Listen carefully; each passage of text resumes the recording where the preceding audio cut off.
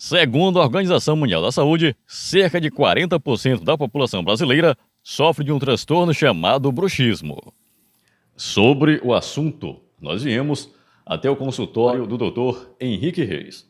Doutor, o que caracteriza o bruxismo, afinal de contas? O bruxismo, ele é caracterizado por ranger os dentes, né? Existem alguns tipos de bruxismo. Por exemplo, ranger os dentes durante a noite é um tipo de bruxismo. Apertar os dentes também, que geralmente acontece mais durante o dia, também é um tipo de bruxismo. Manter a mandíbula numa posição viciosa enquanto você está fazendo uma atividade também é um tipo de bruxismo, né? Então a gente vê que existem vários tipos de bruxismo. Então, ranger os dentes, apertar os dentes, manter a mandíbula em posição viciosa são características de bruxismo. Apesar de ser um transtorno comum, muita gente não sabe que tem esse problema, diagnosticado apenas pelo dentista. Só que agora tá bem mais intensa, né? E aí eu fui no dentista e ele falou que era esse bruxismo. Eu falei, nossa, o que é esse bruxismo? Bem, hoje em dia, cada vez mais cedo, a gente vê pessoas com bruxismo, né? Crianças de 5 anos, ainda com uma dentição decídua, apresentam bruxismo e continua durante a adolescência, a vida adulta.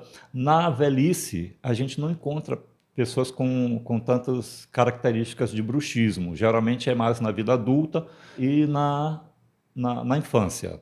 Falar nesses sinais, como que os pais ou responsáveis podem notar de que seu filho, de que a criança tenha bruxismo? Essa pergunta é muito interessante, Alexandro, porque geralmente as pessoas chegam ao consultório com queixas, mas elas nunca se referem a ranger os dentes ou a apertar os dentes. A gente tem que fazer uma investigação e aí então elas vão percebendo que elas rangem os dentes e, por consequência de ranger os dentes, elas apresentam desgaste nos dentes, fraturas nos dentes, acordam com dores na face, mas elas não definem isso como algo que acontece durante a noite.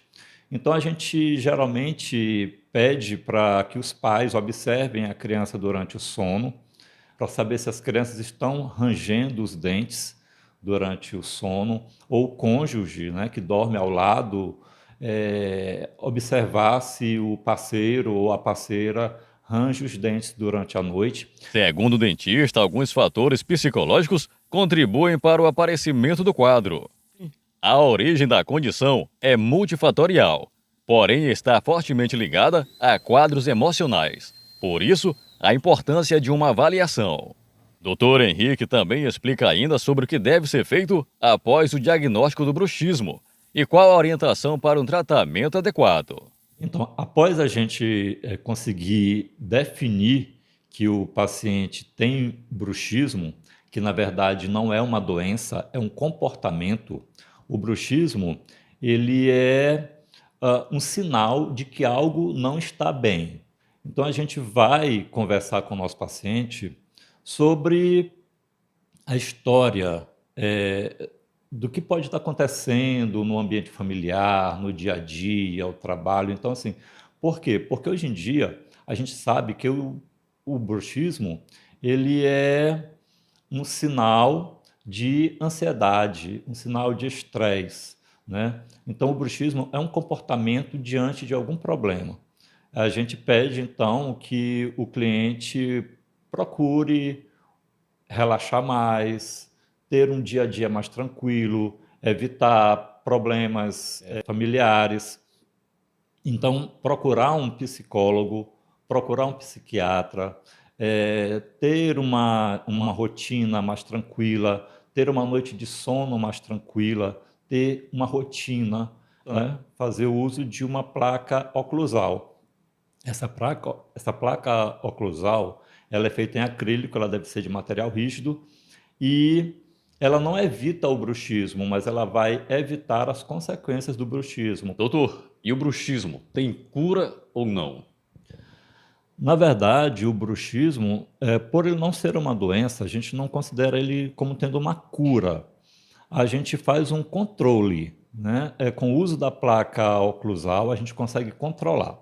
O bruxismo ele vai ser eliminado do dia a dia com a eliminação dos problemas que levam ao bruxismo. Doutor, muitas crianças apresentam a gagueira, principalmente na segunda infância. Existe alguma relação com o bruxismo? Bem, a gente pode ver que hoje em dia o bruxismo está relacionado a vários problemas, né? Como a gente comentou, o bruxismo ele é um sinal de que algo não está bem. Então, crianças com gagueira acabam desenvolvendo problemas de insônia.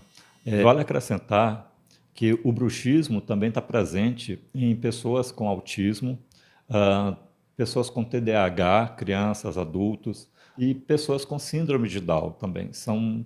É uma faixa da população que apresenta um índice muito alto de bruxismo na atualidade. Doutor, e para finalizarmos, gostaria de agradecer a sua disponibilidade e quais são as suas considerações finais. Eu gostaria de falar à comunidade que se você apresenta desgaste na superfície dos dentes, apresenta fratura, acorda na manhã com dores na face ou dores na articulação, cansaço no rosto, é bom que você procure a ajuda de um dentista para que a gente possa definir o seu problema, mas claro que não é só o dentista que vai cuidar de você, né? O bruxismo precisa de uma equipe multidisciplinar para que a gente possa fechar um diagnóstico, executar um tratamento, para que você possa obter os melhores resultados e ter uma melhor qualidade de vida no seu dia a dia. Nós estamos localizados aqui na rua Monsenhor Gentil, centro de Urbano Santos, trabalhamos já em Urbano Santos há 25 anos, e nós esperamos você aqui para uma visita, fazer uma avaliação. Conte com a gente.